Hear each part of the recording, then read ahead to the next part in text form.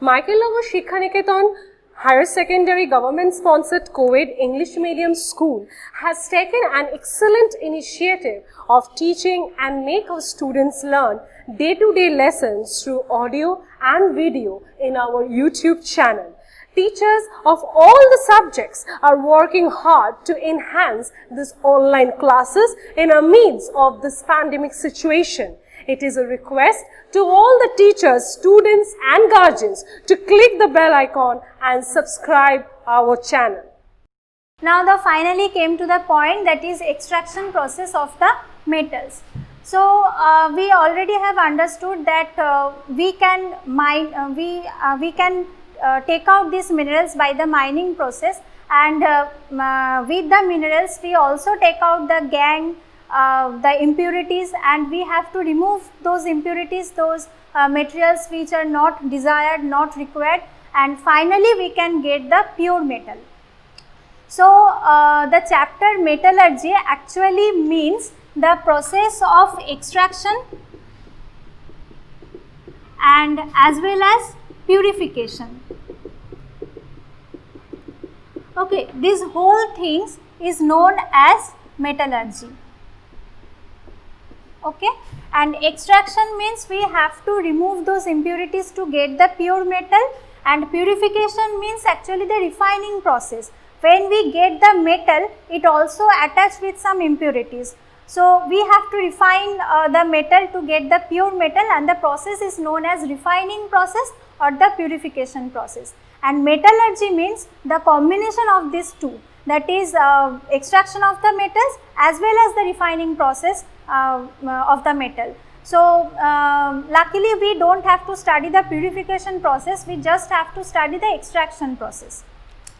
And from the electrochemical series we can see that there are metals which are highly active, there are metals which are moderately active, and there are some metals which are least active actually.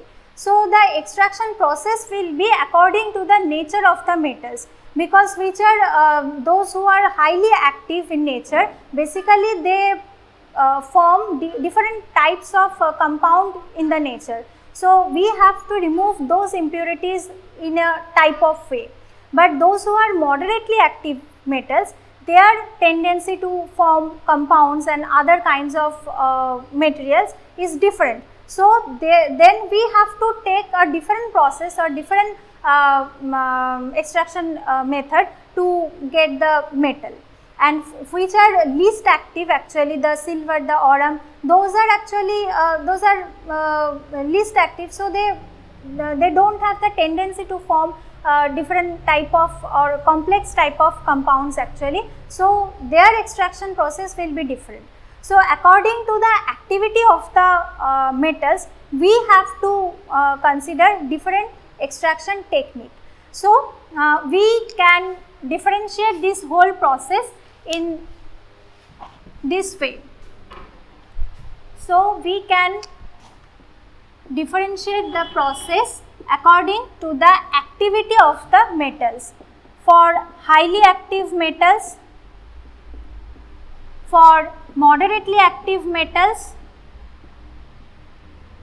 and for the least active metals. And before starting the extraction procedures, here we have to consider one process which is known as the concentration process. Concentration of ore. Actually, when we take out the minerals, then we have to identify the ores of the metal, and then we have to concentrate the ore first, then we can apply the extraction process actually. Now what is concentration of ores? Suppose we have 10 liters of water, okay, 10 liters of water, and from these 10 liters of water we have to find out 3 fishes. Now it will be easier if we remove some water and if we make this 10 liter to 2 liter. So it will be easier to find out 3 fishes in 2 liters of water with respect to the 10 liters of water. Sorry. as the volume is decreasing here, so it will be easier to us to find out the fishes in 2 liters of water with respect to the 10 liters of water. So the same process is actually applied here. Concentration is done over the ore because of this this cause actually, that if we remove the undesired materials which are not required to us, not desired to us, then the process will be easier to apply, the extraction process will be easier to apply. So after concentration of the ores, then we can apply the separate extraction process for the separately active metals. So those who are highly active, that is sodium, potassium, calcium, aluminium, generally we use their chlorides, okay, their chlorides or their oxides we take as the ore, and then we have to apply the electrolysis process, okay, and by the electrolysis process we can get the pure metal. Okay. So for highly active metals, first we have to concentrate the ore definitely, then we can take their chloride or their oxide as well as any of these two, and then we can electrolysis process can be applied over them to get the pure metal. Now next come to the least active metal. For least active metal, generally the ore comes in the form of sulphide. Basically, sulphide ore is taken, and over the sulphide ore a process which is known as roasting is applied, and when roasting is done we get the metal but with impurities. Okay. So we can't use the metal along with impurities. So here we have to apply the refining process to get the pure metal. Okay. Now this is a new term, that is roasting. What is roasting? Roasting means we have to heat the ore. Okay, the sulphide ore is to be heated in presence of excess oxygen. Okay. So the heating or overheating of sulphide ore in presence of excess oxygen is known as the roasting process, which is done over basically the sulphide ore. Then we can get the metal obviously with impurities, then we can apply the refining process to purify the metal, and finally we can get the pure metal. Now the question is comes for the moderately active metals. After concentrating the ores, for moderately active metals we can find here generally 2 types of ore. It may be carbonate ore, okay, it may be carbonate ore, or it may be sulphide ore. Okay. If the ore is carbonate in nature, then we have to apply the process which is known as calcination. Okay. And if we get sulphide kind of ore, then we have to apply the process which is known as roasting. We already known that what is roasting. Roasting is the heating of the ore, basically sulphide ore, in presence of excess air. The heating of carbonate ore in presence of limited air or the restricted amount of air is known as calcination. So calcination is done over the carbonate ore, which means that heating of the ore but in presence of limited amount of air or restricted amount of air. So whatever we do that calcination or roasting, finally we will get oxide of the metal, okay, oxide of metals, and then we have to apply the carbon reduction process, and finally we will get the metal but with impurities. Okay. And then like the previous one, we have to apply the refining process to get the pure metal. Okay, so this is a flow chart of the extraction process where we have highly active metals, moderately active metals and the least active metals. For highly active metals, it is very easy. We can apply the electrolysis process, and by this process we can get basically the pure metal. Okay, and here for electrolysis process, generally we take the chloride or the oxides as the electrolytes. For the least active metals, generally they remain as the sulfide ore. So for the sulfide ore, roasting process is very convenient actually, and then after roasting we can get the metal but with impurities, then refining process can be applied, and finally we can get the pure metal. Which are moderately active metal, for this kind of metals actually we can get the ores in carbonate form or it may be in the sulfide form. If we get the ore in carbonate form, then we have to apply the calcination process, and if it is in sulfide form, then we can apply the roasting method. And calcination or roasting, whatever it may be, but finally we will get the oxide of the metals. Then we have to apply the carbon reduction process, which will give us the metal with impurities, and then applying the refining process, finally we will get the pure metal. And what is meant by the term calcination and roasting? Calcination means the heating process basically, but in a limited amount of air, and this is done over the carbonate ore. Whereas roasting is also heating, but this is done in presence of excess amount of air or excess amount of oxygen, and this is done over the sulfide ore basically. Now the first thing is highly active metals. What we have to do for highly active metals? I told already that for highly active metals, after concentrating the ores, we can apply the electrolysis process, which is already known to us. But here I am also mentioning one time more that if I want to extract sodium, then we can take sodium chloride as the electrolytes. And in the electrolysis chapter, we have read that we can take sodium chloride as one of the electrolytes, and we have to take the electrodes also, which will act as the cathode and the anode. We can take platinum electrodes here. So at the cathode, what will happen?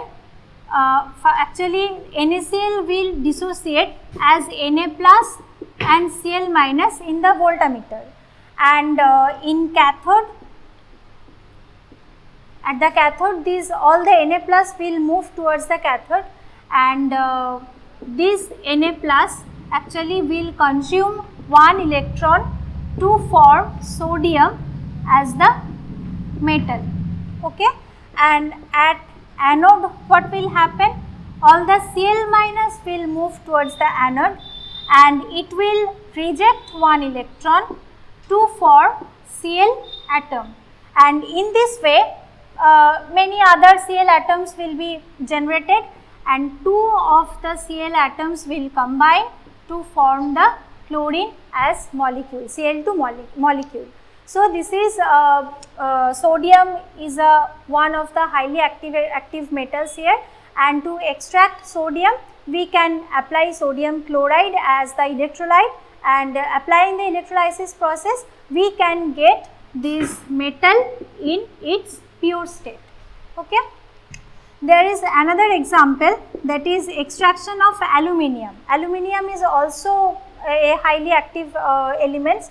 So for extraction of aluminium we also can apply the extraction process, and here we can take alumina with cryolite and fluorspar as the electrolyte, and then we have to apply an excess temperature, that is 950 degrees Celsius.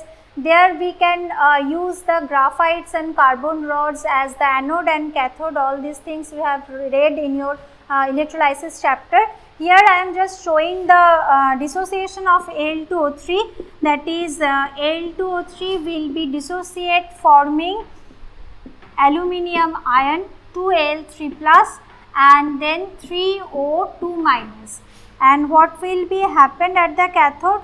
In the cathode reaction, Al3 plus will consume 3 electrons forming aluminium as metal, and it will deposit over the cathode, and at anode what will happen?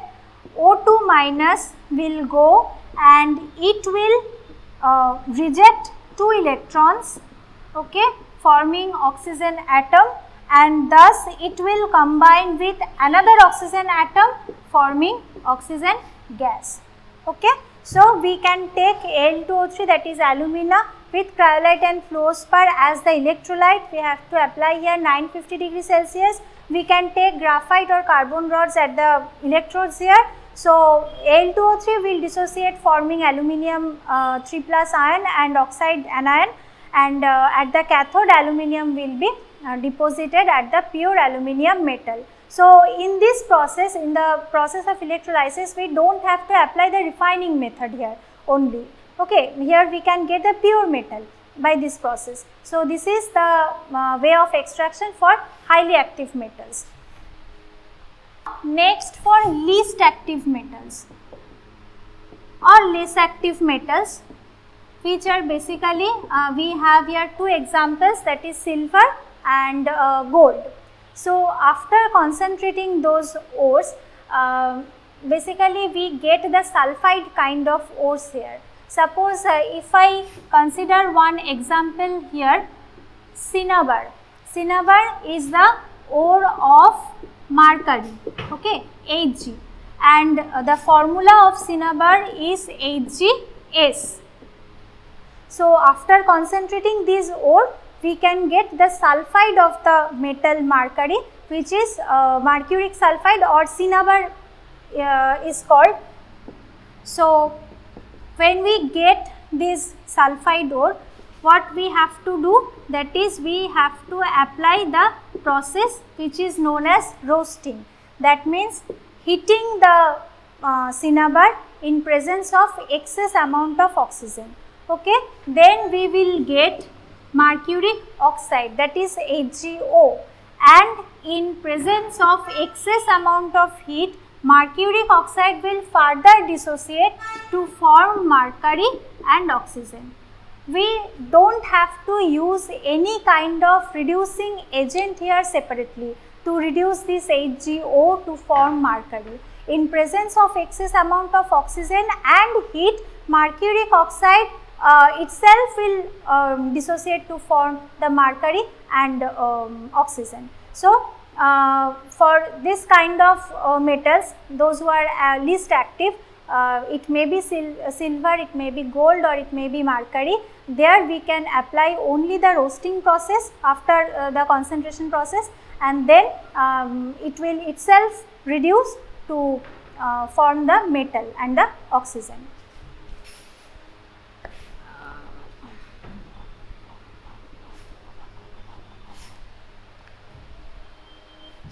And the last thing is those who are moderately active.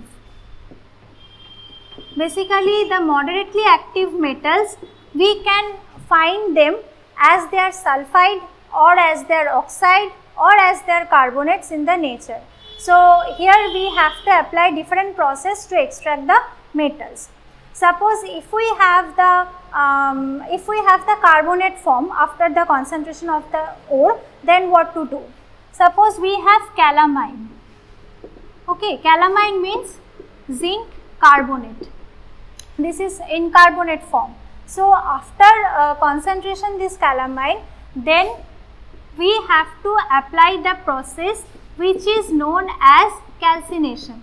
Calcination means, I mentioned already, that is heating the carbonate ore in presence of limited amount of air or in presence of restricted amount of air, which is known as calcination. So, by calcination process, from zinc carbonate we will get zinc oxide, okay, and when we get zinc oxide, then we can apply carbon reduction method, okay. So, by using carbon here, zinc oxide can be reduced to form zinc as metal and also carbon monoxide. So this zinc metal actually contains impurities, and we have to apply here refining process, but we don't have to study this. And if we get, suppose we have zinc blend, okay, zinc blend means zinc sulphide, then as it is sulphide kind of ore, so we cannot apply calcination, but we have to apply the roasting process, where we can heat this ore in presence of excess amount of air, and in presence of excess amount of air, zinc sulphide will produce zinc oxide too. By the process calcination or roasting, the final product will be oxide, but the process is different actually, and the different process will be applied for different kinds of ore.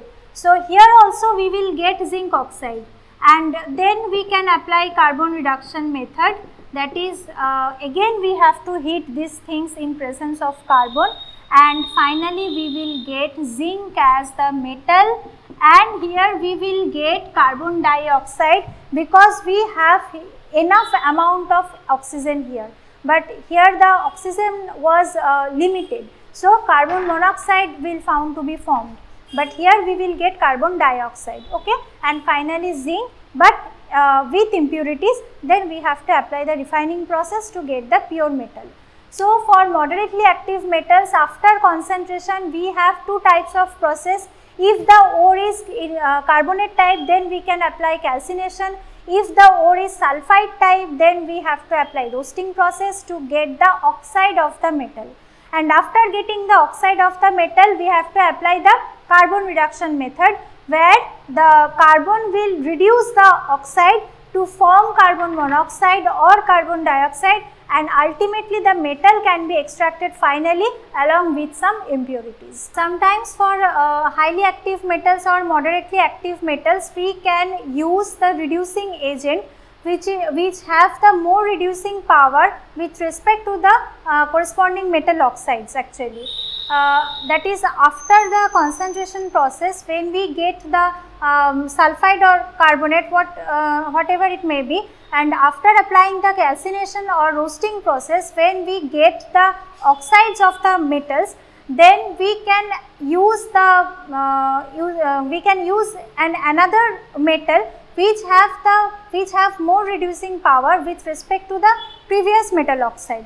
Okay, if I give one example, it will be clear then. Suppose I have taken Fe2O3, okay, that is ferric oxide Fe2O3.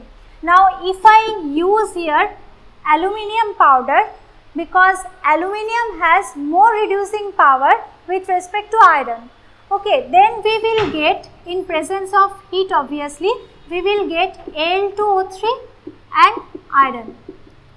So instead of carbon reduction method, there is another way where where applying the method we can also get the desired metal. And when the reducing agent is aluminium, then the process is known as thermite process. And this mixture, that is ferric oxide and aluminium powder, the mixture is known as thermite mixture. Okay, so when we heat the thermite mixture, we will get the metal and we will get aluminium oxide. And in a high amount of heat, the whole process is continued, and that is why we get this iron in its molten state. Okay, and the advantage of this method is we can use this molten iron directly where we need it to apply, basically to join the cracked railway or the railway track or the broken parts of machinery which are very heavy in weight. There we can use this molten iron directly to join the broken parts and without the disturbing of other parts. Okay, so this process is known as the thermite process, where we can use aluminium powder, and in general the process can be applied where the metal has more reducing power with respect to the oxide, metal oxide which we have taken. So if the condition is this, then the reducing agent will form the oxide of itself and the metal will be in free. And when we are taking aluminium as the reducing agent, then the process is known as the thermite process. So, up to this we have done the extraction process of the metals according to the electrochemical series of metals, and after this we will start the corrosion of metals and different other things in the next video. Thanks for watching. Leave a like and comment. Subscribe. And do share the video among your friends.